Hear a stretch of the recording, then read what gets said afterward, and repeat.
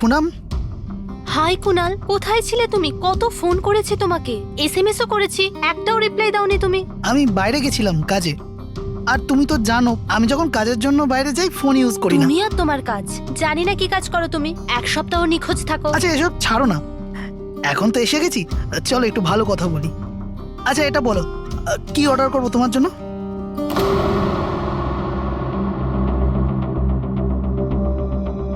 Abhijit sir, আমি এক second আসছি। Excuse me, yes. আমি একটু কাগজটা দেখতে পারি? ও শিওর।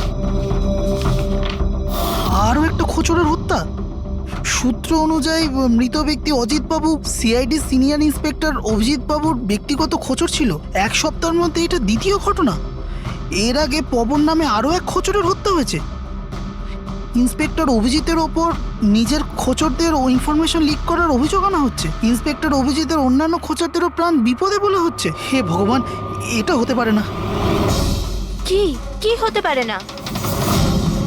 এই খবর আই নো, কত খারাপ বিষয় না? যারা নিজেদের প্রাণ বিপন্ন করে আমাদের জন্য কাজ করে তাদেরই প্রাণ নিয়ে ব্যবসা। ইন্সপেক্টর অভিজিৎ এটা কি করে করতে পারেন? কুনাল, কি হয়েছে তোমার? কি ভাবছো তুমি? Kunal, are you okay? আচ্ছা শোনো, আমাকে যেতে হবে। যেতে হবে? কোথায় যেতে হবে? এখনই তো এলে, এক্ষুনি কোথায় আমি যাবে? তোমাকে সব বলবো। হ্যাঁ ঠিক আছে, বলবো।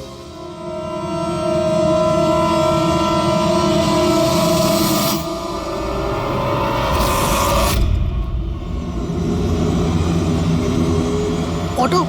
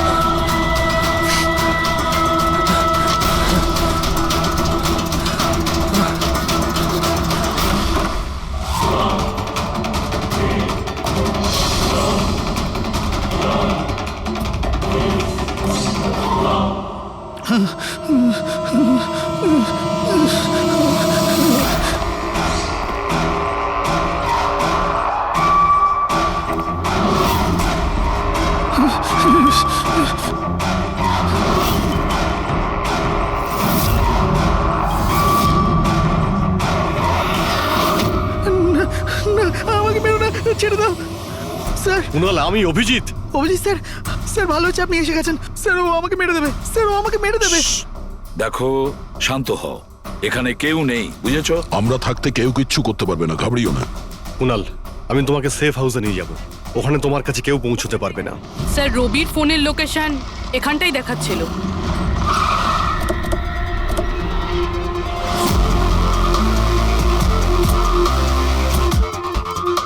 এখানেই তো থাকা উচিত, কিন্তু দেখতে তো পাচ্ছি না। রবি,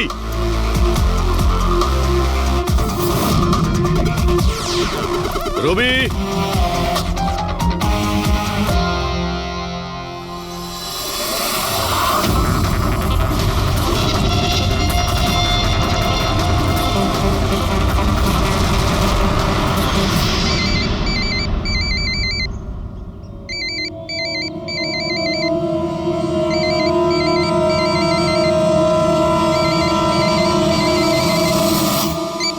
হ্যালো। রবি, রবি, কোথায় তুমি? কোথায় পালাচ্ছ? আমার উপর ভরসা নেই তোমার? আপনি কি ভেবেছিলেন আপনি আমায় খুঁজে পাবেন? এত সোজা নয় স্যার। রবি দেখো, তুমি যা ভাবছো তা সত্যি নয়। তোমায় কেউ মেরে ফেলতে পারে, কিন্তু সেটা আমি নয়। আমি তোমায় বাঁচানোর চেষ্টা করছি। শোনো, আমি তোমাকে সেফ হাউসে নিয়ে যাব। সেখানে তোমার কোনো বিপদ হবে না, বুঝতে পেরেছো? রবি, রবি, আমরা তোমাকে সাহায্য করতে চাই, আমাদেরকে বিশ্বাস করো। ভরসা? ওই দুটো লোকও তো আপনাদের ওপর ভরসাই করেছিল, কিন্তু ওরা কি পেল? মৃত্যু। দেখুন স্যার, আমার কাছে আমার জীবন খুব দামি। আমার পেছনে আমার পরিবার আছে। আমি এত তাড়াতাড়ি মরতে চাই না। আমার জীবনটা ছেড়ে দিন স্যার, আমি মরতে চাই না। প্লিজ আমায় আমায় যেতে দিন স্যার, আমাকে খোঁজা বন্ধ করুন। রবি, রবি, তুমি আগে আমার কথাটা শোনো। না স্যার, আমি বললাম তো না, আগেই আপনার ওপর ভরসা করে আমি অনেক বড় ভুল করেছি। একবার ভুল করেছি, বারবার করব না। আমি জানতাম না যে আপনি বিক্রি হয়ে গেছেন স্যার। আমাকে প্লিজ আমাকে প্লিজ খোঁজা বন্ধ করুন স্যার। রবি কোথায় তুমি? তোমায় কেউ মেরে ফেলতে পারে এটা বোঝো। By sir. রবি রবি এ বিশ্বাস করবে না, কিছুতেই করবে না। যে কোনো ভাবেই আমাদের ওকে খুঁজে বের করতে হবে। 4 জনের মধ্যে 3 জন ইনফর্মার সেফ হাউসে পৌঁছে গেছে। শুধু এই রবি বাইরে আছে, তাই না? স্যার এই দুজনের টিপস অনুযায়ী যারা গ্রেপ্তার হয়েছে তাদের লিস্ট চলে এসেছে। এদের মধ্যে এমন কেউ আছে আইটি কম্পিউটার এক্সপার্ট? না স্যার, এরকম তো কেউ নেই, কিন্তু এই বিক্রম। ওর সঙ্গে তো আমরা জেলে দেখা করেছিলাম, কেন কি হয়েছে? স্যার প্রতি সপ্তাহে স্ত্রী একে জেলে ফোন করে, আর গত শুক্রবারেও স্ত্রী একে জেলে ফোন করেছিল। কিন্তু রবি এর থেকে কি প্রুফ হয়? স্যার আমি আর ফেরি স্যার জানতে পেরেছি যে ফ্রাইডেতে ওনার ওয়াইফ হসপিটালে ছিল, কিন্তু ও কাউকে ফোন করেনি। ফ্যান্টাস্টিক, অসাধারণ কাজ করেছো তোমরা দুজনে। এবার ঠিক জানতে পারবো যদি বিক্রমকে ওর স্ত্রী ফোন না করে থাকে তাহলে কে ফোনটা করেছে, আর সেটা বলবে এই বিক্রমই। আমরা সব জানি ওই শুক্রবারে তোমার বউ হসপিটালে অ্যাডমিট ছিল, ও তোমাকে ফোন করেনি। ওই দিন ওর নাম করে যে কল এসেছিল তোমার কাছে, ওই ফোনটা কে করেছিল তোমাকে? আমি বলেছি না তোমাকে আগেই যে আমি কিচ্ছু করিনি? তাহলে কেন বারবার চলে আসো আমার আর তোমার সময় খারাপ করার জন্য? সময় আমরা নয়, তুমি নষ্ট করছো আমাদের, আর এটা আমরা কিছুতেই সহ্য করব না। ঠিকঠাক বলো, কি জানো এই খুনের ব্যাপারে? হ্যাঁ বলো, না হলে আমার মাথা যদি খারাপ হয়ে যায় না। দেখ, চুপচাপ ওখানে বস। এখন পর্যন্ত তুই জেলে আছিস, খাওয়া দাওয়া করছিস, ঘুরে বেড়াচ্ছিস। যদি এখনো সত্যিটা না বলিস তাহলে এখান থেকে সোজা কালকুটরিতে যাবি। কালকুটরি বুঝতে পারছিস তো? অন্য জিনিস তো বাদই দে, আলো তুই দেখতে পাবি না। আজকেই তোর শেষ সুযোগ। সত্যিটা বল, না হলে আমি তোকে কালকুটরিতে পাঠানোর ব্যবস্থা করব। ফোন, একটা ফোন এসেছিল। আমি জানি না ওই লোকটাকে। ও তো আমায় ফোনে একটা ডিলের কথা বলেছিল। কি রকম ডিল? এই ডিলটা এটাই ছিল, আমাকে যে জেলে পাঠিয়েছে, যে আমায় ফাঁসিয়েছিল, ও বলেছিল যে আমি যদি ওকে 3 কোটি টাকা দিই তাহলে ওকে মেরে দেবে। তা তুমি কি বলেছিলে? স্যার সত্যি বলবো, আমি তো ওর কথাতে বিশ্বাসই করিনি। আমার মনে হয়েছিল কেউ আমার সাথে মজা করছে, তাই আমি ওকে না বলে দিয়েছিলাম। তারপরও আমি বলল যে আরো কিছু লোক আছে যারা ওর ওপর বদলা নিতে চায়, ওরা ওকে মারার জন্য যত ইচ্ছে টাকা দেবে। আরও এটাও বলেছিল আমাকে যাতে আমি নিউজে দেখেনি যে ও সত্যি বলছে। তারপর আমি নিউজ শুনলাম যখন। কিন্তু স্যার আমি একটা কথা বলছি, আমি ওর নাম জানি না, আর কখনো ফোনও আসেনি ওর। আমি যা কিছু জানতাম সব আপনাদের বলে দিলাম। সত্যি বলছি স্যার, সত্যি। ঠিক আছে। তার মানে ও আরো অনেক লোকের সঙ্গে কন্ট্রাক্ট করেছে, অনেক বড় গেম খেলেছে। অপরাধীদের থেকে টাকা কামানোর ব্যবসা খুলে বসেছে। স্যার আপনার বাকি খোঁচরদেরও প্রাণ সংশয়ের ভয় রয়েছে। আমরা খুনির ব্যাপারে কিচ্ছু জানি না। 3 কোটি, ওর চাহিদা অনেক বড়, আর এর জন্য যাকে তাকে ফোন করবে না, এমন কাউকে করবেও যে ওর চাহিদাটা পূরণ করতে পারে। ঠিক বলেছ তায়া। খোঁজ নিয়ে দেখি আমাদের লিস্টে কতজন আছে যে 3 কোটি টাকা শেখর হতে পারে। গত সপ্তাহে ওর ফোন এসেছিল, কুণালের জন্যই ও জেলে গিয়েছিল। আরে 3 কোটি টাকাও দিতে পারবে।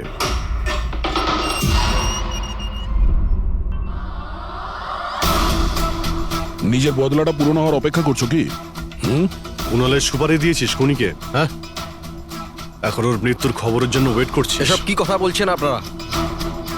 আমি কোনো কুণালকে চিনি না, না আমি কাউকে কারোর সুপারি দিয়েছি। তাহলে গত সপ্তাহে ফোন তোর কাকা করেছিল? হ্যাঁ এসেছিল তো। না, তোমার কাকা তো এই পৃথিবীতে নেই। তাহলে কোথা থেকে কল এসেছিল? স্বর্গ থেকে না নরক থেকে? এই শোনো, তুমি এখন ফেঁসে গেছো। তোমার জন্য ভালো এটাই হবে সব সত্যি সত্যি বলে দাও। আচ্ছা যাও তাহলে, আগে আমার লয়ারকে ডেকে আনো। ওনার আসার আগে না আমি কিচ্ছু বলবো না। আমাকে যা কিছু জিজ্ঞেস করবে ওনার আসার পরে করো। যাও ডেকে আনো আগে ওনাকে। ঠিক আছে, যদি তুই এই অপশন দিস তাহলে আমরা এটাই করব।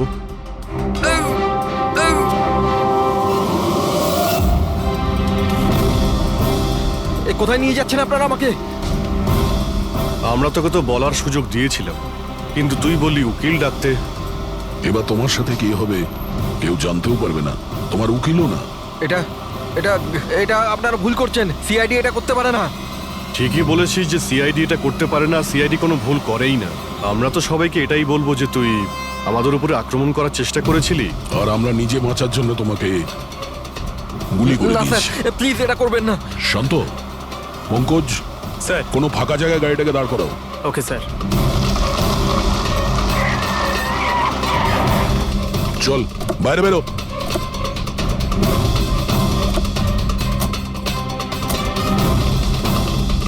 না স্যার, প্লিজ আমাকে মারবেন না স্যার। আরে চল চল, Please, পালা please, পালা পালা, না যা স্যার, পালা। প্লিজ প্লিজ স্যার, পালা, পালা। না স্যার, প্লিজ প্লিজ চল, স্যার, পালা। Please sir, sir please. আরে পালা। স্যার স্যার স্যার, স্যার আমি বলছি স্যার, স্যার আমি বলছি স্যার, আপনারা ঠিকই বলছেন।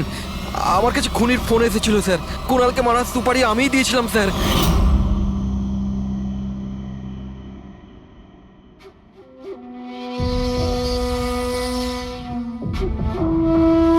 হ্যালো শেখর, হ্যাঁ কে?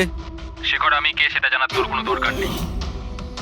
তুই শুধু এটুকু জেনে রাখ যে তুই যার জন্য জেলে গেছিস আমি তাকে চিনি, আর ওকে আমি প্রাণে মেরেও দিতে পারি, কিন্তু তার জন্য আমার টাকা চাই। কত টাকা চাই তোর? পুরো 3 কোটি। ঠিক আছে, অর্ধেক টাকা তোর আমি অ্যাকাউন্টে ফেলে দিচ্ছি, আর বাকি অর্ধেক টাকা কাজ শেষ হবার পর। কিন্তু হ্যাঁ, বেশি চালাকি করবি না, না হলে তুই জানিস তো আমি কে। শেখর, আমি এক কথার মানুষ, তোমার কাজ ধরে নাও হয়ে গেছে। চল রাখছি এবার। এই শোন, এটা রাখ, কাউকে বলবি না। স্যার স্যার, আমি আমার স্ত্রীর সাহায্যে ওর অ্যাকাউন্টে অর্ধেক টাকা পাঠিয়ে দিয়েছিলাম স্যার, আর অর্ধেক টাকা কাজ শেষ হওয়ার পর বলেছিলাম আমি দেবো, কিন্তু এখনো পর্যন্ত কুণালের কিচ্ছু হয়নি স্যার। মানে কুণালের বিপদ রয়েছে। স্যার স্যার একটা প্রশ্ন স্যার। স্যার স্যার প্লিজ বলুন স্যার, এই কেসে কি কোনো প্রকার প্রোগ্রেস হলো? বলুন স্যার প্লিজ। স্যার সিআইডির উপর একটা গুরুতর অভিযোগ করা হচ্ছে, পুরো দেশ জানতে চায় স্যার। ইনভেস্টিগেশন চলছে, সবকিছুই জানতে পারবেন। এক্সকিউজ মি, এক সেকেন্ড। কি হলো? স্যার, হ্যাঁ। স্যার, স্যার একটা খুব খারাপ খবর আছে স্যার। কি? স্যার আমাদের সেফ হাউসে ওই কুণাল ছিল না স্যার, ও পালিয়ে গেছে স্যার। হোয়াট? কিভাবে ও পালালো? তুমি জানো যে ওর জীবন বিপন্ন। স্যার কিচ্ছু বুঝতে পারছি না স্যার। স্যার ওকে অনেক খোঁজার চেষ্টা করেছে কিন্তু কোথাও পাচ্ছি না। Pankaj, I don't care. খোঁজো, যে করেই হোক। খুনি ওর কাছে পৌঁছানোর আগেই ওকে খুঁজে বের করো। স্যার,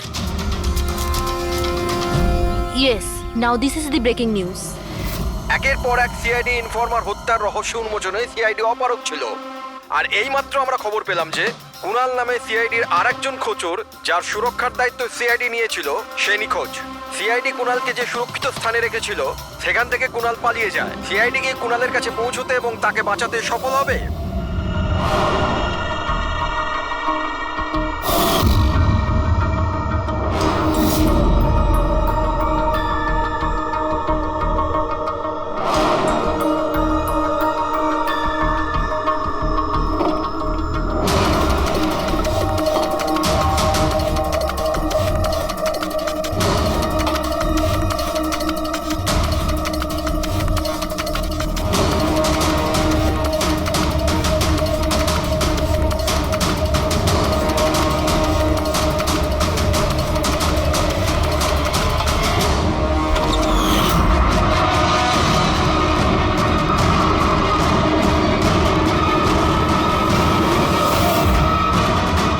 কে তুমি?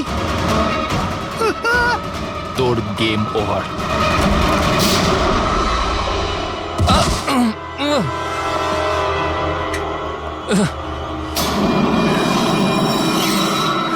রবি তুমি?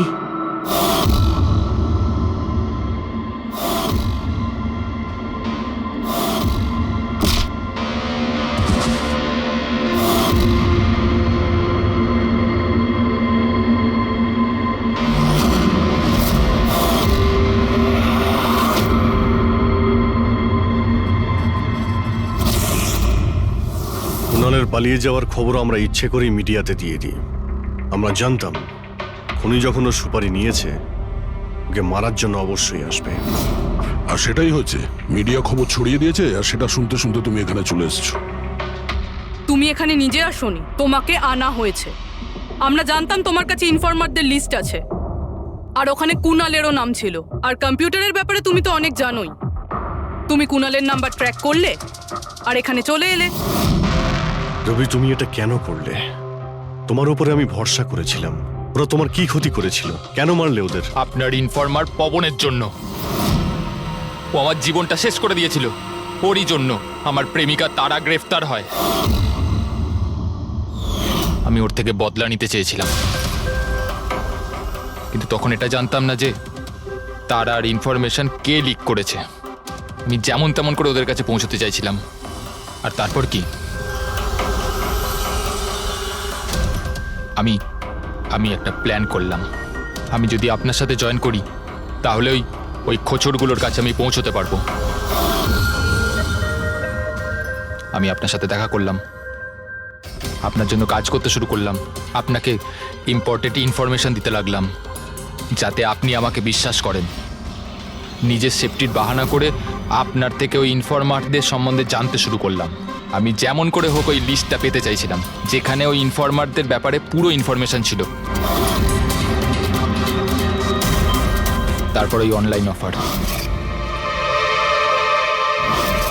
ওই পেন ড্রাইভ, পবনের মৃত্যু, আর আমি আমার বদলা পুরো করলাম স্যার। পুরো করলাম আমার বদলা। পবনের পর তুমি অজিতকে কেন মেরেছো? আর শেখরের থেকে টাকা নিয়ে তুমি কুণালকে কেন মারতে চাইছিলে? টাকার জন্য। পবনকে খোঁজার সময় আমি এটা বুঝতে পেরেছিলাম যে আমার মতো অনেক লোক আছে যারা এই খোঁচরগুলো থেকে বদলা নিতে চায় এবং যা খুশি করতে পারে। ব্যাস, আর কি। আমি ওরকম ক্রিমিনালদের সাথে যোগাযোগ করলাম, ইনফরমেশন বের করা শুরু করলাম। এটার জন্য আমি অনেক টাকাও পেতাম। আর এটাতে খারাপ কি আছে স্যার? ভালো কি খারাপ সেটা তো তুমি জানতেই পারবে যখন জেলে যাবে। রবি, তুমি টাকা ইনকাম করেছো, আর আমি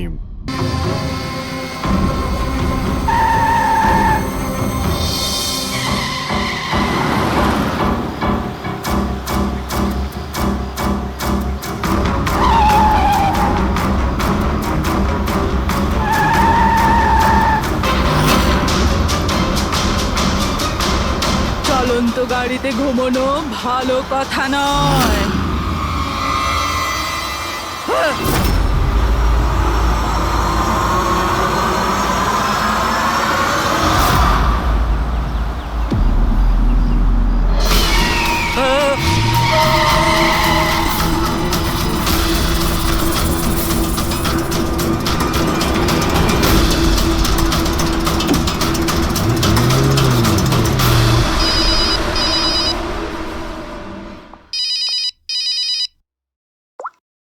হ্যাঁ বিনীত, লীলা হেল্প মি, লীলা, লীলা হেল্প মি।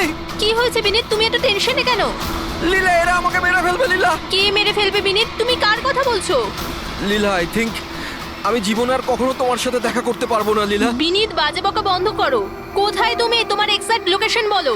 আমি বাস স্ট্যান্ড রোডে আছি, পুরনো পোস্ট অফিসের কাছে। বিনীত, একটা কাজ করো, তুমি ওখানেই থাকো। আমি ট্যাক্সি নিয়ে এক্ষুনি তোমাকে ওখানে নিতে যাচ্ছি। হ্যালো লীলা। হ্যালো বিনীত, তুমি ঠিক আছো? আরে এই ফোনটাও না। হ্যালো লীলা। এই ফোনটাও এক্ষুনি কাটার ছিল।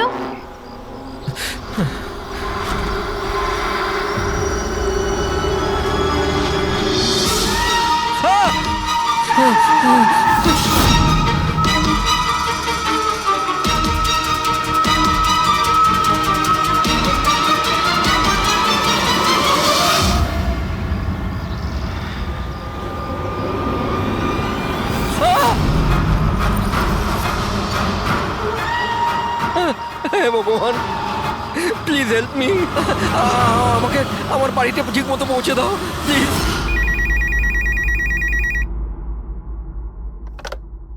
Hello, CID bureau. Hello ma'am. Ma'am please আমাকে হেল্প করুন। ম্যাম, আমার স্বামী এই মুহূর্তে খুব বড় বিপদের মধ্যে আছে। কি স্যার, কি হয়েছেটা কি ওনার? ম্যাম, ওর প্রাণ সংশয় হয়েছে। কেউ ওকে মারতে চায়। ম্যাম প্লিজ ওনাকে বাঁচিয়ে নিন ম্যাম, প্লিজ। উনি কি এখন আপনার সঙ্গেই আছেন? না ম্যাম, ম্যাম এই মুহূর্তে উনি ওনার গাড়িতে আছেন। ওই সাবস্টেশন রোডের পাশে পুরনো যে পোস্ট অফিস আছে ওখানে। আচ্ছা শুনুন ম্যাম, দেখুন আমাদের দুজন অফিসার ওই এরিয়াতেই আছে। আপনি আপনার গাড়ির ডিটেলসটা বলুন। হোয়াইট ব্যাস্টার আছে আর গাড়ির নাম্বার হলো 2536। ম্যাম ওনাকে আপনি বাঁচিয়ে তো নেবেন ম্যাম। আপনি চিন্তা করবেন না, আপনার হাজবেন্ডের কিচ্ছু হবে না, ওকে? রবি, অভিজিৎকে ফোন করো আর ওকে গাড়ির ডিটেলসটা দিয়ে দাও। ওকে বলো যে ব্যাপারটা আর্জেন্ট।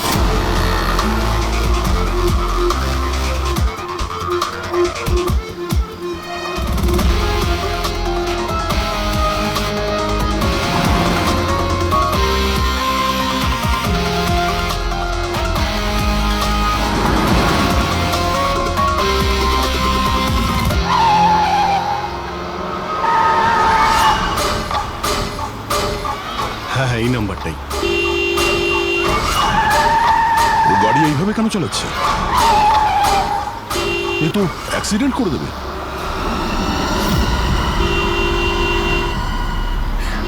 আমাকে ক্ষমা করে দাও, আমাকে ক্ষমা করে দাও, আমি মরতে চাই না, আমাকে ক্ষমা করে দাও। কার সঙ্গে এই কথা বলছে? গাড়িতে তো কেউই নেই। আরে বিনীত, কার সঙ্গে কথা বলছো? গাড়িতে তো কেউ নেই। হয়ে গেছে তোমরা, তোমরা দেখতে পাচ্ছ না এতগুলো লোক আমাকে ডাকছে? করছে কি?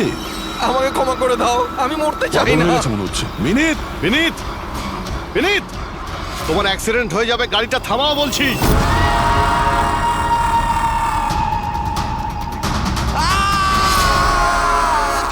আঙ্কেল আমার সাথে খেলো না, খুব মজা হবে।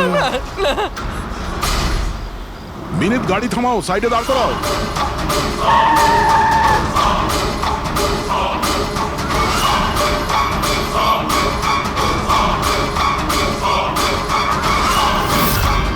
দাঁড়িয়ে যাও।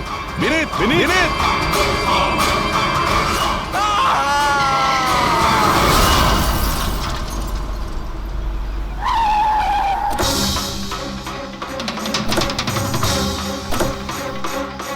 বিনীত, ও নো, এ তো মারা গেছে। স্মেল আসছে।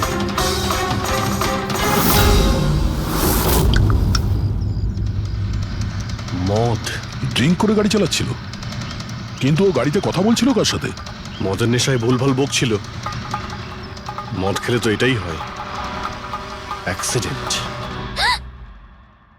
আপনি তো আমাকে কথা দিয়েছিলেন না যে বিনীতের কিচ্ছু হবে না, তো এটা কি হয়ে গেল? দেখুন ম্যাডাম, যদি ওনার অন্য কোনো দের হাত থেকে প্রাণ সংশয় থাকতো আমরা ওনাকে নিশ্চয়ই বাঁচাতাম, কিন্তু উনি তো নিজেই মদ খেয়ে গাড়ি চালাচ্ছিলেন। আপনি তো জানেন এটা কতটা ডেঞ্জারাস। না, ওনার প্রাণ ওনার নিজের জন্য যায়নি, বরং তাদের জন্য গেছে যারাও এতদিন ধরে ওকে বিরক্ত করছিল। কারা? সকাল সন্ধে ঘুমিয়ে জেগে সব সময় ওকে বিরক্ত করত। উনি এতটাই চিন্তিত হয়ে গিয়েছিলেন যে উনি নিজের বিজনেসেও পুরোপুরি নজর দিতে পারছিলেন না। কোন লোকের কথা বলছেন আপনি? একটু পরিষ্কার করে বলুন। ম্যাম, বিনীতের মৃত্যু আমাদের সামনে হয়েছে, আর ওই সময় ও ছাড়া গাড়িতে কেউ ছিল না। তাহলে ওর মৃত্যুর দোষ আপনি অন্য কারোর ঘাড়ে চাপাচ্ছেন কেন? কারণ ওনার খুন হয়েছে। মার্ডার, এটা মার্ডার। মার্ডার হয়েছে? আপনি আপনি কি জানেন কারা করেছে এটা? আত্মারা। হতে পারে আপনারা ওই আত্মাটাকে দেখতে পাননি, কিন্তু বিনীত ওদের পরিষ্কারভাবে দেখতে পেত। সিআইডিরা আত্মাটাত্মায় বিশ্বাস করে না। আপনিও মানতেন স্যার, যদি আপনি 2 সপ্তাহ আগের ঘটনাটা দেখে থাকতেন। লীলা ওঠো, ওঠো লীলা, লীলা ওঠো। বিনীত, বিনীত,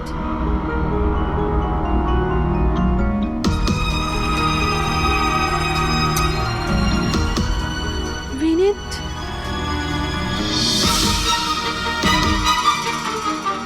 বিনীত, কি হয়েছে বিনীত? ওই দেখো, আলমারির ওপরে। কি আছে ওখানে বিনীত? লীলা, আলমারির উপরে কেউ আমাকে দেখছে, আমাকে শুতে দিচ্ছে না। বিনীত, ওখানে কিচ্ছু নেই। কিচ্ছু নেই। তুমি না নিশ্চয়ই কোনো খারাপ স্বপ্ন দেখেছো। চলো শোবে চলো। আমি কোনো স্বপ্ন দেখিনি। ওই দেখো এখনো দেখছি আমাকে। তুমি কেন দেখতে পাচ্ছ না? বিনীত ওখানে কিচ্ছু নেই।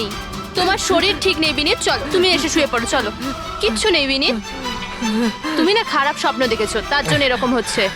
সরি সরি, আমাকে ক্ষমা করে দাও প্লিজ। 1 মিনিট।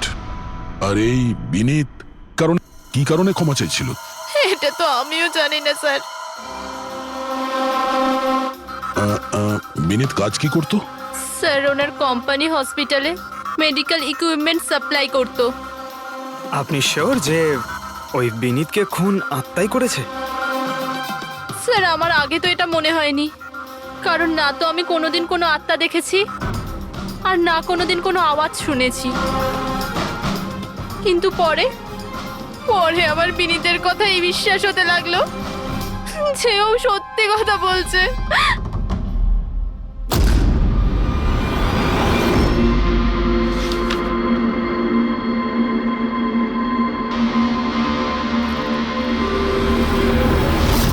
হ্যাঁ বস, এর মৃত্যুর একটাই কারণ চোখে পড়ছে, এর মাথার ওপর লাগা আঘাতটা, যেটা অ্যাক্সিডেন্টের কারণে লেগেছে। ঠিক তো ডক্টর সালুকে? আর কোনো কারণ নেই তো? হ্যাঁ দয়া, ভিসারের স্যাম্পলকে চেক করা এখনো বাকি আছে, কিন্তু প্রাইমা ফেসি তো এটাই বলছে মৃত্যুর কারণ অ্যাক্সিডেন্ট। আর বস, এর রক্তের মধ্যে আমি অ্যালকোহল অনেকটা বেশি মাত্রায় পেয়েছি। ও আমার মনে হচ্ছে সেই কারণেই ওর হ্যালুসিনেশন শুরু হয় আর ও ধাক্কা মেরে দেয়। তার মানে হলো এটা কোনো খুনের ব্যাপার নয়। আমরা চাইলেই ওদের বডিটা ফেরত দিয়ে দিতে পারি। যদি কোনো ডাউট থাকে সেটা ভিসারের স্যাম্পল থেকে জানা যেতে পারে। কি জানি স্যার, আমার কেমন যেন মনে হচ্ছে যে এই কেস অতটা সোজা নয়। কারণ আমরা যখন লীলাকে জিজ্ঞাসা করলাম যে এই বিনীত কার কাছে ক্ষমা চাইছিল, তখন কথাটা এড়িয়ে গেল। আমরাও কি শেষকৃত্যে যাব নাকি? ওখানে আত্মীয়রাও থাকবে, বন্ধুরাও থাকবে, অনেকেই থাকবে। যদি কিছু জানতে পারা যায়। যাও, নিশ্চয়ই যাবে ফিউরালে।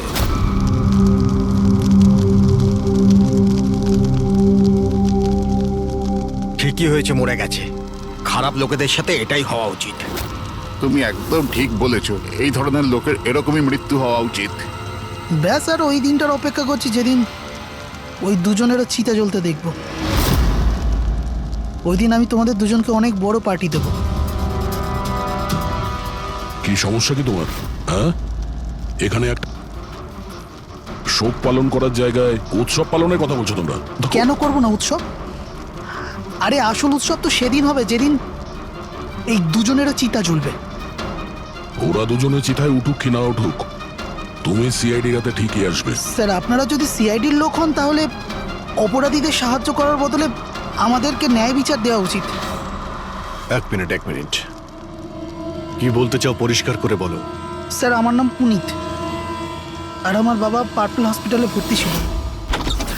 ভেন্টিলেটরে ছিলেন। ডাক্তারবাবু, নার্স, ডাক্তারবাবু কোথায়? আমার বাবা মারা যাবে এক্ষুনি। প্লিজ ডাক্তারবাবুকে বলুন। কি হয়েছে? কেন চিৎকার করছেন? চিৎকার করবো না তো কি করবো? আমার বাবা ওখানে মারা যাচ্ছে আর আপনাদের স্টাফ এখানে বসে মাছি মারছে। আপনি আগে শান্ত হন প্লিজ। আপনি পেশেন্টের কাছে যান, আমি দেখছি। তাড়াতাড়ি করুন প্লিজ। হ্যাঁ, ম্যাম, একটা ঘটনা ঘটে গেছে। কি সমস্ত হয়েছে? ভেন্টিলেটর এক এক করে বন্ধ হচ্ছে। কি?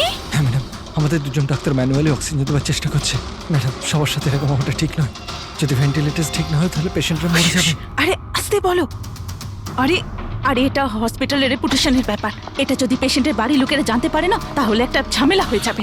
ডক্টর, আপনারা প্লিজ 2 মিনিট সময় দিন, আমরা সলিউশন বার করছি। ম্যাম, এক এক করে সব ভেন্টিলেটর বন্ধ হয়ে যাচ্ছে। তুমি যাও বাকি ওয়ার্ডসগুলো চেক করো, যাও। Okay ma'am. আরে ওই আমাদের সাপ্লায়ার বিনীতকে ফোন করো না, ওই সব কিছু ব্যবস্থা করে দেবে। প্লিজ টেনশন নেওয়ার কোনো ব্যাপার নেই। ডক্টর মেহেক, হচ্ছে কি এসব? স্যার ভেন্টিলেটর সব বন্ধ হয়ে গেছে স্যার। আপনারা প্লিজ শান্ত হন, আমি কথা বলছি। স্যার, এক এক করে সমস্ত ভেন্টিলেটর বন্ধ হয়ে যাচ্ছে স্যার। কি, এটা কিভাবে হতে পারে? তো কোনো হসপিটালে ফোন করো না, ওখান থেকে আনাও। আরে রাজা, ফোন লাগাও। আর মেহেক, একটা কাজ করো, এখানে যে টেকনিশিয়ান আছে ওকে ডাকো। রাজা, কি হলো তোমার? তুমি কি শুনতে পাচ্ছ না স্যার কি বললেন? আপনারা কি ডিসকাস করে টাইম ওয়েস্ট করছেন? আমার বাবা মারা যাবে ওখানে। আপনি প্লিজ একটু শান্ত হন, আমরা এক্ষুনি যাচ্ছি please. Ma'am, sir, ma'am, very bad news. 2টো পেশেন্টের জীবন চলে গেছে। 5টা পেশেন্ট খুব ক্রিটিক্যাল অবস্থায় আছে। স্যার আজ আমাদের পরিবারের লোক আমাদের সাথে নেই, এর জন্য দায়ী শুধুমাত্র এই 3 জন লোক, বিনীত, মেহেক আর রাজা। আচ্ছা, এই বিনীত তো ইকুইপমেন্ট সাপ্লাই করতো, তাই না? হ্যাঁ স্যার। আর বাকি দুজন? স্যার যেদিন এই ঘটনাটা ঘটেছিল সেদিন মেহেক ডক্টর ইনচার্জ ছিল আর রাজা হসপিটালে অ্যাডমিন সামলাতো। আচ্ছা, এনারা দুজনে কি শুধু হসপিটাল থেকে এসেছেন নাকি ওখান থেকে আরো অনেকে এসেছেন? এসছে স্যার, ওই হেড নার্স পরিণীতা, ওই শেখর যে মেনটেন্যান্সে ছিল, আর উনি ডক্টর কেদার, এই হসপিটালের মালিক। ঠিক আছে, এখন শান্ত হয়ে যাও। আমরা এই মামলার গভীরে যাব। যদি তোমার বাবার সঙ্গে কোনো অন্যায় হয় তো ন্যায় বিচার তুমি নিশ্চয়ই পাবে।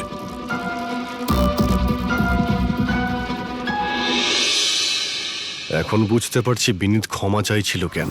আমাকে ক্ষমা করে দাও, আমি মরতে চাই না, আমাকে ক্ষমা করে দাও। আর এটাও বুঝতে পারছি যে বিনীতের মৃত্যুতে সবাই এত খুশি কেন। তার মানে বিনীতের মৃত্যুর কারণ যে কেউ হতে পারে।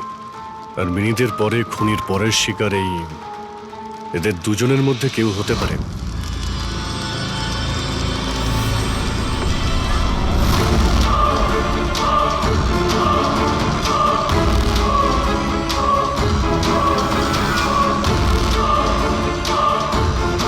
আমাকে ক্ষমা করে দাও। তুমি আমাকে কেন মরতে দিলে? আমার পিছু নিও না।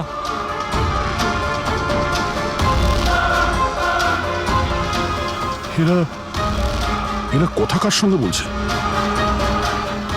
আমার পিছু নিও না। আর সেই কাল্পনিক লোকগুলোর সঙ্গে যার সঙ্গে বিনীত কথা বলছিল। চাইলে তুমি আমাকে বাঁচাতে পারতে, কেন মরতে দিলে আমাকে?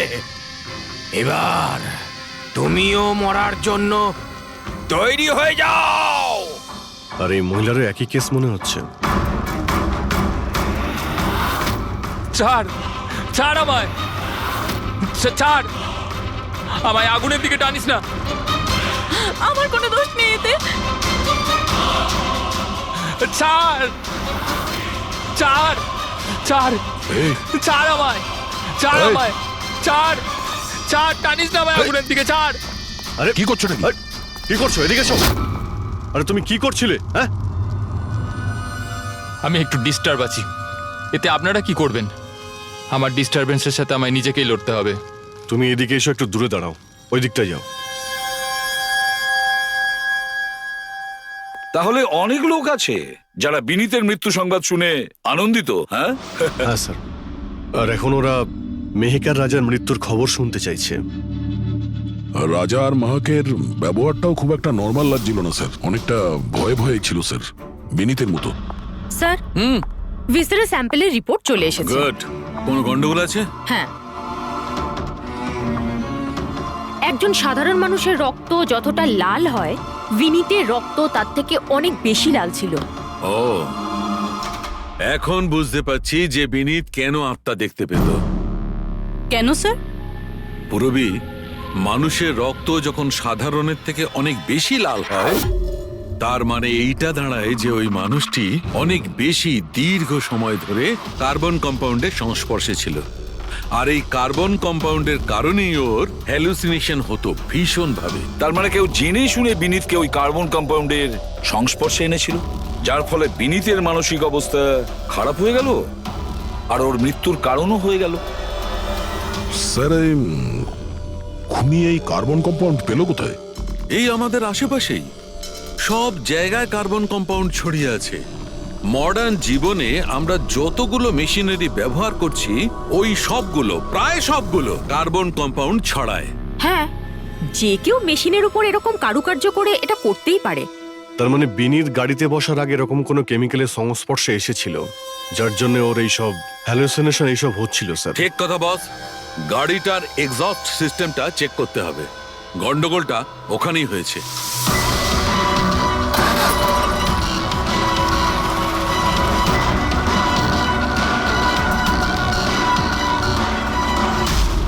সালুঙ্কে স্যার তো ঠিকই বলছিলেন স্যার, পেট থেকে তো কেমিক্যাল বেরিয়ে আসছে। একটা কথা তো তাহলে ঠিক পঙ্কজ, ওই আত্মা বলে কিচ্ছু ছিল না। স্যার, তার মানে এখন খুনির নিশানায় দুজন রয়েছে, রাজা আর মেহেক।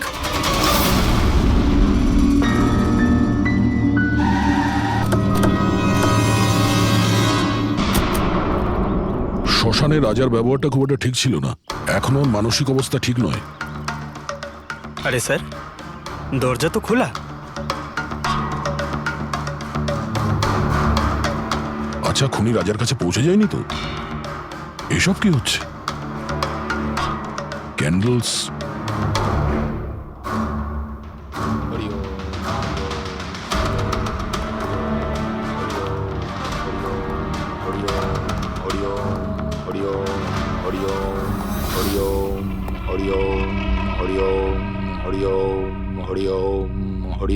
রাজা,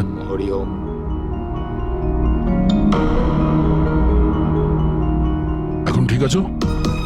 কারা আপনারা? সিআইডি। বিনীতের শেষকৃত্যে দেখা হয়েছিল আমাদের। তুমি আগুনে ঝাঁপাতে যাচ্ছিলে, আমরা তোমাকে আটকেছিলাম, মনে আছে? ঝাঁপ দিতে যাচ্ছিলে, আমরা তোমাকে। এবার আপনাদের আমাকে আটকানোর বা বাঁচানোর কোনো দরকার নেই। যতক্ষণ বিনীতের খুনি ধরা না পড়বে, তোমারও প্রাণের সংশয় আছে। আচ্ছা, একদম ঠিকঠাক বলো, ওই 12 জন রোগীর মৃত্যু কি তোমার গাফিলতিতে হয়েছিল? খবরদার বলছি, আমার ওপর এরকম নোংরা আর মিথ্যা অপবাদ দেবেন না। আমি নির্দোষ, আমার জন্য কেউ মরেনি। শান্ত হও, শান্ত হও। রাজাকে অনেক কষ্টে শান্ত করেছি, ওকে ডাকাবেন না। আপনি কে? আমার নাম শ্লোক। আমি রাজাকে এই খারাপ সময় থেকে বার করে আনবার চেষ্টা করছি। ও, তার মানে আপনি সাইকিয়াট্রিস্ট? সাইকিয়াট্রিস্ট নয়, সাইকি, মিডিয়াম। এই জগৎ আর অন্য জগতের সঙ্গে একটা সেতু ভেবে নাও। অন্য জগৎ? অন্য আবার কোন জগৎ? ওই আত্মাদের জগৎ। যদিও আমরাও একটা মাধ্যম। অপরাধ দুনিয়া থেকে নিয়ে জেলের ভেতর গারদের পেছনে পৌঁছানোর পুল। আপনারা আমাকে জেলে পাঠাবার চেষ্টা করছেন কেন? আমি তো রাজাকে আত্মাদের থেকে বাঁচাবার চেষ্টা করছি। রাজাকে আত্মার থেকে নয়, কেমিক্যাল পয়জন থেকে বাঁচানোর দরকার। আর বন্ধ করো তোমার এই ঢং, বুঝেছো? স্যার, ও কোন দিকে ইঙ্গিত করছে? ওই বুড়ো লোকটার দিকে, যে এসির নিচে দাঁড়িয়ে রয়েছে। ও কার কথা বলছে? আমি তো কাউকে দেখতে পাচ্ছি না। আমিও দেখতে পাচ্ছি না। মানুন বা না মানুন, এই ঘরের মধ্যে কোনো শক্তিশালী আত্মা আছে যে রাজার ক্ষতি করতে চাইছে। এক্ষুনি জেনে যাবেন।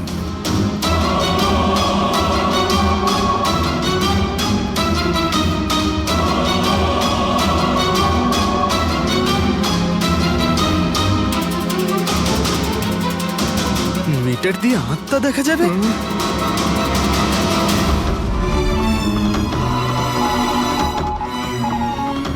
দেখলেন, ওই আত্মাটা এসির পাশেই আছে। আমার ইএমএফ মেশিন মিথ্যে বলবে না।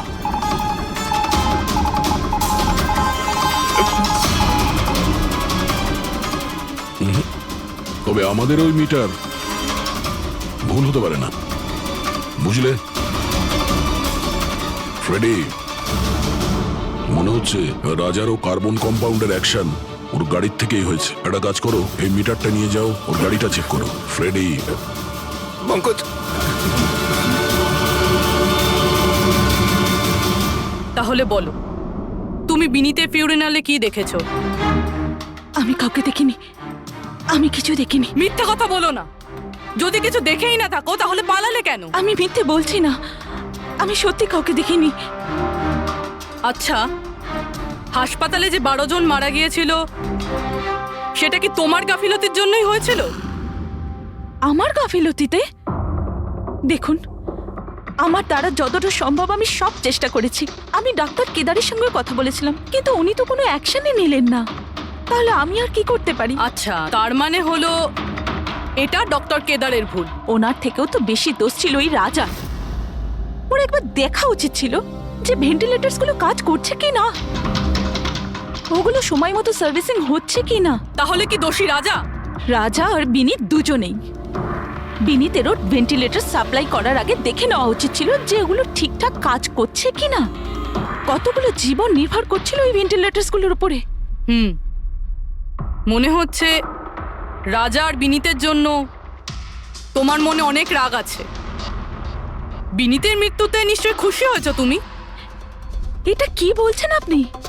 একদমই না। আমি একজন ডক্টর, আর আমার কাজ হলো একজন পেশেন্টের জীবন বাঁচানো। কারণ মৃত্যুতে আমি কি করে খুশি হব?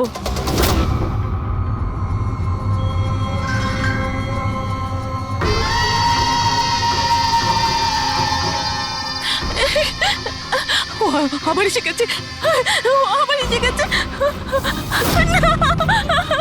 কিন্তু কিন্তু এখানে তো কেউই নেই। ওই যে পিছনে। আরে এখানে কেউই নেই।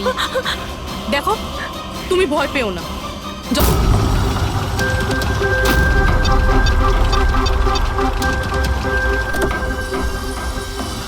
গাড়ির এসিতে তো কার্বন কম্পাউন্ড নেই। বাড়ির ভেতরে গিয়ে দেখা যাক, চল।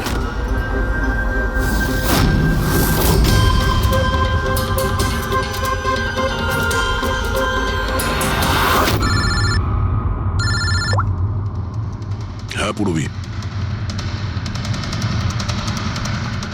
মেহেকের বাড়িতে কোনো কেমিক্যাল পাওয়া যায়নি? ঠিক আছে, যতক্ষণ ওই খুনি ধরা না পড়ে ততক্ষণ তুমি ওর সঙ্গেই থাকো, ঠিক আছে? স্যার, হ্যাঁ, কার্বন কম্পাউন্ড এখানে কোথাও নেই। কোথাও কোনো কেমিক্যাল পাওয়া যাবে না। বিজ্ঞানের জগৎ আর কেমিক্যালের জগতের বাইরেও আর একটা জগৎ আছে, মানুন অথবা না মানুন। চুপ, মুখ বন্ধ। যতক্ষণ বলতে না বলবো মুখ খুলবে না। রাজাবাবু, আপনার ভয়ের কোনো কারণ নেই, আমরা আছি এখানে। যতক্ষণ না ওই খুনি ধরা পড়বে সিআইডি আপনার সঙ্গেই আছে। আমার সিআইডির দরকার নেই, ইনি রয়েছেন না আমার সুরক্ষা করার জন্য। আরে এটা কিভাবে সম্ভব? না রাজার বাড়িতে কেমিক্যাল পাওয়া গেছে আর না মেহেকের বাড়িতে পাওয়া গেছে, এটা কি করে সম্ভব? স্যার, আমরা রাজার বাড়িটাকে ভালো করে চেক করেছি, এক একটা কোণা দেখেছি, ওই গাড়িটাও চেক করেছি, কোথাও কিছু পাওয়া যায়নি। হ্যাঁ, কিন্তু দয়া, যদি কোনো কেমিক্যাল ব্যবহারই না হয়ে থাকে তাহলে রাজা আর মেহেকের হ্যালুজিনেশন হলো কি করে? কোনো তো একটা কারণ থাকবে। আর স্যার, যেভাবে বিনীতের কারের এসিতে কেমিক্যালের ব্যবহার করা হয়েছে, এটা কোনো আনপ্রফেশনাল কেউ করেছে বলে আমার মনে হয় না। একটা কাজ করা যাক, যারা মারা গেছে তাদের বাড়িতে দেখো, হয়তো কেউ থাকতে পারে যে কেমিক্যালের বিষয়ে খুব ভালো করে জানে, বা কেউ কেমিক্যালের এক্সপার্ট। আর হ্যাঁ, হসপিটালের ওই স্টাফকে ডাকো। চিফ নার্স যে আছে না, হেড নার্স পরিণীতা, আর হেড টেকনিশিয়ান শেখর, আর মালিক কেদার, তিনজনকেই ডাকো। দেখা যাক।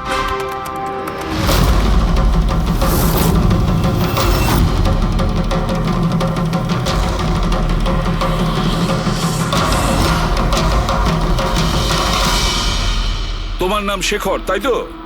Yes sir. হসপিটালের হেড মেকানিক, মেইন টেকনিশিয়ান। তার মানে হসপিটালে যদি কোনো মেশিনে প্রবলেম হলে সবার প্রথমে তোমার কাছে খবর আসে। হ্যাঁ স্যার, ঠিক। তাহলে হসপিটালের ভেন্টিলেটর খারাপ ছিল সেটা তুমি জানতে না?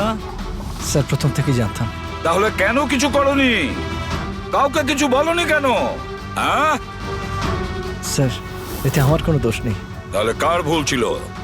স্যার, আমি প্রথমেই মেহেককে ভেন্টিলেটরের ব্যাপারে বলেছিলাম যে ভেন্টিলেটরসে প্রবলেম আছে আর যে কোনো সময় খারাপ হতে পারে। এটা তুমি ভেন্টিলেটর বন্ধ হওয়ার আগেই জানিয়েছিলে? ইয়েস স্যার, এক সপ্তাহ আগে। ম্যাম, আমি আপনাকে একটা নোটিশ পাঠিয়েছিলাম, ওয়ার্ডের ভেন্টিলেটরগুলো ঠিকমতো কাজ করছে না।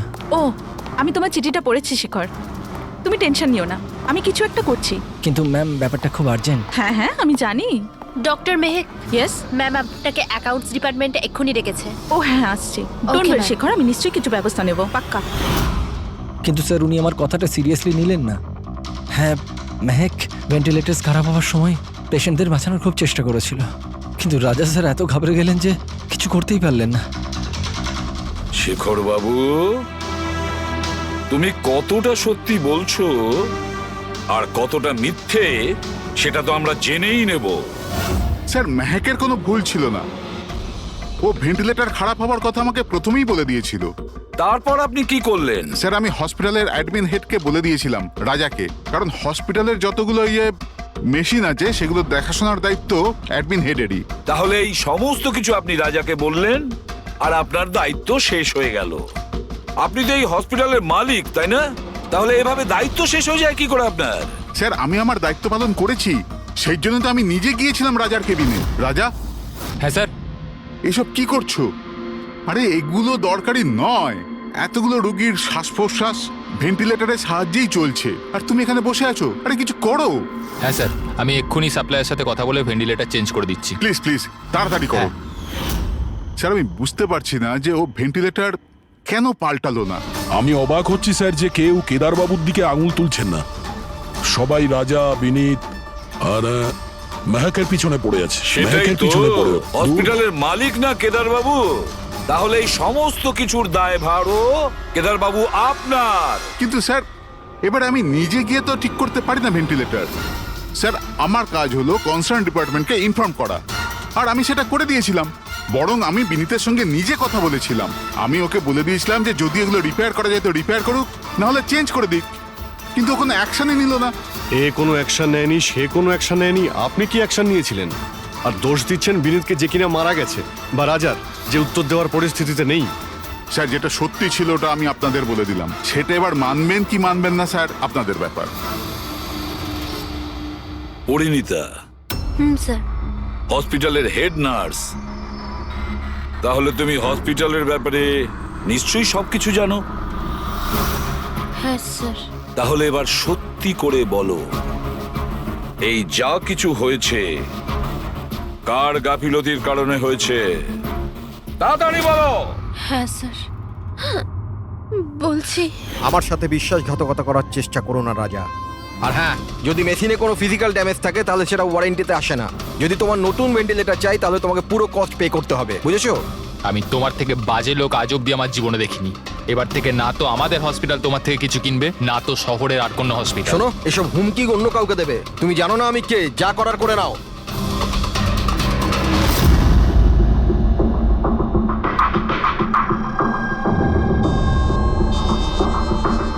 এই যা কিছুই হয়েছে এই রাজা আর বিনীতের ঝগড়ার কারণেই হয়েছে।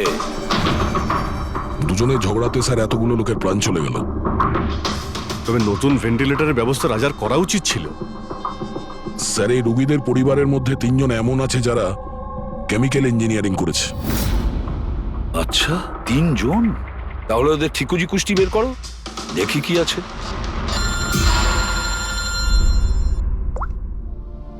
Hello ACB Pradyuman. হোয়াট? ঠিক আছে, আমরা এক্ষুনি পৌঁছচ্ছি। কি হয়েছে স্যার? রাজা মারা গেছে।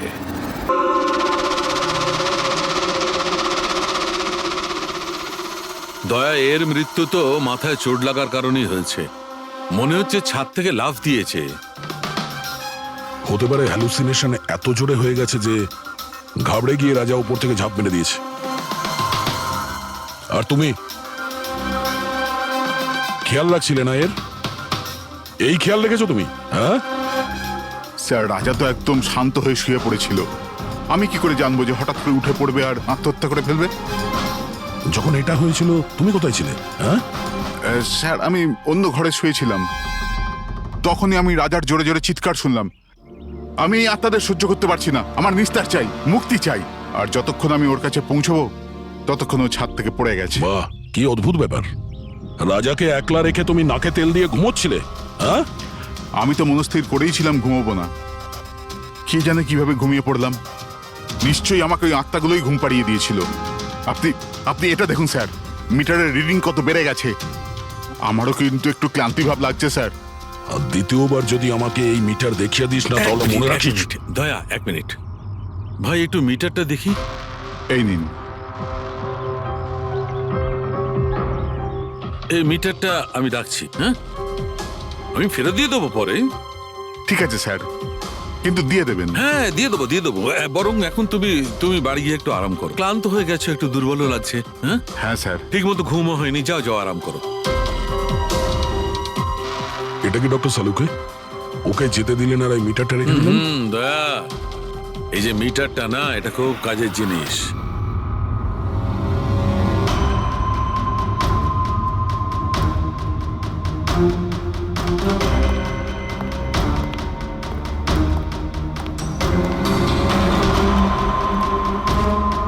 এই ঘরটা চেক করছি। হ্যাঁ ডক্টর, নেই। ওপরে যাওয়া যাক।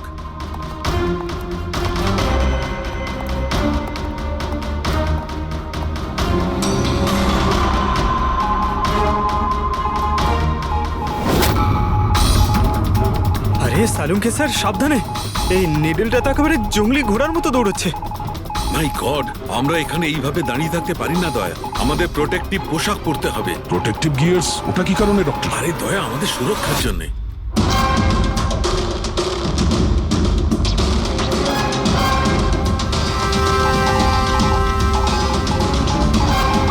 এই দেখো, সবচেয়ে বেশি মিটার রিডিং এখানেই পাওয়া যাচ্ছে, এই এসিটার নিচে। মনে স্যার ওই পঙ্কজ, খবরদার খবরদার যদি আত্মার নাম নিয়েছো। স্যার এই মিটারটা কোন দিকে ইঙ্গিত করছে? বলছি বাইরে চলো, বাইরে চলো।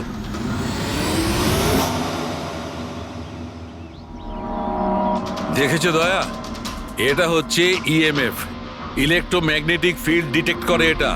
ইলেকট্রোম্যাগনেটিক ফিল্ডস, এগুলো তো আজকাল সব ইলেকট্রিক অ্যাপ্লায়েন্সের মধ্যে হয় ডক্টর, টিভি, ফ্রিজ। একদম ঠিক দয়া, কিন্তু ওই অ্যাপ্লায়েন্স গুলোর ইএমএফ হিডেন থাকে, লুকোনো থাকে, যাতে মানুষের উপর খারাপ প্রভাব না পড়ে। কি খারাপ প্রভাব? এইটার কারণে লোকেদের নশিয়া হতে পারে, ঘুম না হতে পারে, মন খারাপ হতে পারে, আর যদি অনেকক্ষণে সংস্পর্শে থাকে তাহলে হ্যালুসিনেশন হওয়াটা কোনো বড় কথা নয়। ও, তার মানে রাজার এই হ্যালুসিনেশন কোনো কেমিক্যালের জন্য হয়নি, নিজের ঘরের ইলেকট্রনিক জিনিসপত্রের জন্যই হয়েছে, কারণ ওগুলোর ইএমএফ ঢাকা ছিল না। একদম। তার মানে কেউ জেনে বুঝে এগুলোকে গন্ডগোল করে দিয়েছে। হতে পারে দয়া, এমনিতেই রাজা মনে মনে খুব কষ্ট পাচ্ছিল, খুব দুঃখ পেয়েছিল রোগীদেরকে বাঁচাতে পারেনি বলে, সেই জন্য হ্যালুসিনেশন ওর কাছে আফসোসের রূপে ধরা দিয়েছিল। হতে পারে এই অনুতাপের জন্য বিনীতেরও মৃত্যু হয়েছে। একদম ঠিক। আর ওই অশোক, ওরও দুর্বলতা সেই জন্যই মনে হচ্ছিল, যেহেতু ও এই ইএমএফ এর সংস্পর্শে অনেকক্ষণ ছিল। এখানে ওই কার্বন কম্পাউন্ড পাওয়া যায়নি। এটা কি করে দেয়? কারণ এখানে তো ইএমএফ এর ব্যবহার হচ্ছিল, আর সবচেয়ে বেশি রিডিং উঠছিল বেডরুমে এসির কাছে। তার মানে বেডরুমের এসিতে কোনো কারুকাজ করা হয়েছে। তাহলে তো মেহকের বাড়িতে ওই ইএমএফ হনো। আমার তাড়াতাড়ি পূরবীকে ইনফর্ম করতে হবে।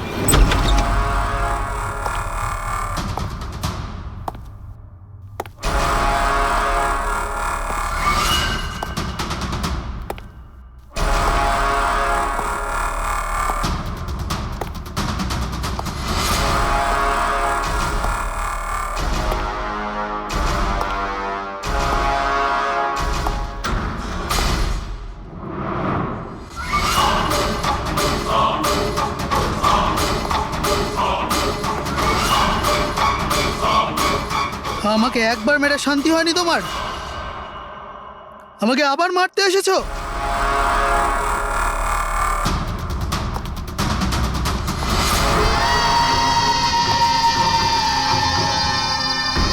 তুমি? আমি তোমাকে সেলফ ডিফেন্সে মেরেছিলাম, আর তাছাড়া তুমি একজন অপরাধী। অপরাধীদের কি পরিবার থাকে না? তোমার জন্য আমার মেয়ে অনাথ হয়ে গেছে, আর এই রক্ত দেখছো, সব তোমার জন্য। আমি আর তোমাকে ছাড়বো না। দেখো, আমার কাছে আসবে না, আমি কিন্তু মেরে দেবো। আমি তোমাকে ছাড়বো না। আমার কাছে আসবে না, আমি কিন্তু বলছি মেরে দেবো। আমি বলছি আমার কাছে আসবে না, আমি মেরে। পূরবী, কি করছো তুমি? ছাড়ো এটা। স্যার, ওই লোকটা। কি? স্যার এখানে। স্যার ওনাকে ধরুন, উনি আমাকে মারতে চান। এক মিনিট, আগে এখান থেকে বাইরে চলুন, তাড়াতাড়ি। চলো, প্লিজ তাড়াতাড়ি, প্লিজ তাড়াতাড়ি, ফার্স্ট। এই হলো সেই তিনজন যাদের সম্পর্ক কেমিক্যাল ইঞ্জিনিয়ারিং এর সঙ্গে আছে, সুহাস, দীপক আর কিশোর। খুনিদের মধ্যে যে কেউ হতে পারে। না অভিজিৎ, কারের এসিতে কেমিক্যাল ফিক্স করাটা অন্য ব্যাপার, আর ইলেকট্রোম্যাগনেটিক ফিল্ডকে এত চাতুর্যের সঙ্গে ব্যবহার করাটা অন্য কথা। আমার মনে হচ্ছে ও এমন একজন লোক যার সায়েন্সে, মেডিকেল সায়েন্সের ওপর খুব ভালো দখল আছে, হয়তো কোনো ডক্টর অথবা সায়েন্টিস্ট। যেই করুক, সে ইলেকট্রোম্যাগনেটিক ফিল্ড ভালো মতন ব্যবহার করেছে, যাতে মেহেক আর রাজা, ওরা দুজনেই যাতে ইএমএফ এর সংস্পর্শে থাকে। হতে পারে হসপিটালে ওরা দুজন নিজেদের কাজ করছিল, তখনও এই ইএমএফ ওখানে উপস্থিত ছিল। তাহলে স্যার হতে পারে হসপিটালের কোনো মেশিনের সাথেও গন্ডগোল করা হয়েছে? নিশ্চয়ই দয়া, নিশ্চয়ই। আর এটা ওই করেছে, হসপিটালের ভেতরেরই কেউ। তাহলে এই হলো সেই জায়গা যেখানে মেহেক আর রাজা বসতো। হ্যাঁ স্যার। আর কে কে যাওয়া আসা করতো এখানে? স্যার শুধু স্টাফেদেরই ভেতরে যাওয়ার পারমিশন ছিল, তাও যদি কোনো কাজ থাকতো তাহলে। মানে বাইরের কেউ এখানে ঢুকতেই পারতো না? না স্যার, এমনকি রুগীদেরও এখানে ভেতরে আসার অনুমতি ছিল না। তার মানে তো এটা বোঝা গেল যে স্টাফেদের মধ্যেই কেউ, মানে আপনাদের মধ্যেই কেউ একজন খুনি। এ আপনি কিভাবে বলতে পারেন? এটা আমরা বলছি না, এটা এই ইএমএফ মেশিনটাই আমাদের সবকিছু বলে দিয়েছে। আর এই ইএমএফ মেশিনের হিসাবে এই এসির সাথে কোনো গন্ডগোল করা হয়েছে। তার মানে রাজা আর মেহেককে মারার চেষ্টা করা হয়েছিল, কিন্তু বেচারা রাজা মারা গেছে। এসির সাথে গন্ডগোল? কি বলছেন আপনি? আমি তো কিছু বুঝতেই পারছি না। এই কথাটা এই রুমে থাকা শুধুমাত্র সেই বুঝতে পারবে যে নিজেই খুনি। আর ও আজ এখানে প্রোটেক্টিভ গিয়ার পরে এসছে, যাতে ইলেকট্রোম্যাগনেটিক ফ্রিকোয়েন্সিতে তার কোনো ক্ষতি না হয়, তাই তো? কি সে?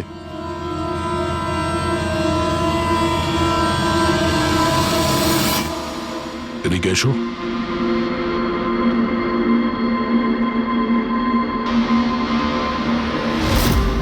ফ্যাশন সেন্স তো তোমার খুব ভালো, শেখর। জামা কাপড়ের ভেতরে এই সুরক্ষা কবচ। দেখো, তোমার সমস্ত প্ল্যান আমরা জেনে ফেলেছি, তোমার ব্যাপারে সমস্ত খোঁজ খবর নিয়েছি। তুমি এখানকার এমন একজন টেকনিশিয়ান যে এসির সঙ্গে কোনো গন্ডগোল করতে পারে। এখন তাড়াতাড়ি বলো, কেন করেছো তুমি এসব? আমি করেছি এসব। আর কি ভুল করেছি আমি যদি মেহেক, বিনীতা, রাজার ওপর অভিযোগ লাগিয়েছি। তো এদের জন্য 12টা পেশেন্টের মৃত্যু হয়েছে, যেটা আমি দেখতে পারিনি। তারপর আমি ভাবলাম যে এদের এরকমই মৃত্যু দেবার প্রয়োজন আছে, যেভাবে 12টা পেশেন্ট মারা গেছে। সেই জন্য আমি এমএফ আর কার্বন কম্পাউন্ডের বিষ ব্যবহার করেছি ওদের মারার জন্যে, যাতে এদেরকে এমন মৃত্যু দিতে পারি, মৃত্যু নয়, একটা ভয়ঙ্কর মৃত্যু। আর এটাই আমার ন্যায় বিচার। শাস্তি দেওয়ার অধিকার শুধুমাত্র আইনের আছে, অন্য কারো নয়, বুঝেছো? তুমি জানতে যে এই কেমিক্যাল ব্যবহার করলে ওদের হ্যালুসিনেশন হবে, ওই মারা যাওয়া রোগীগুলো ওরা সামনে দেখতে পাবে, যার জন্য ও পাগল হয়ে যাবে, তাই তো? কিন্তু আমি আমার লক্ষ্য পূরণ করতে পেরেছি। যেরকম মৃত্যু আমি চেয়েছিলাম দিতে, সেরকমই মৃত্যু বিনীতা রাজাকে আমি দিয়েছি। কিন্তু দুঃখের ব্যাপার, মেহেককে আপনারা শেষ মুহূর্তে বাঁচিয়ে নিলেন। সফল তো তুমি তখন হতে যদি তুমি কোনো অপরাধ না করে ওদেরকে শাস্তি দিতে। তোমার আর ওদের মধ্যে কি পার্থক্য রইল? এখন তুমিও একজন খুনি, তবে তুমি কি শাস্তি পাবে সেটা এখন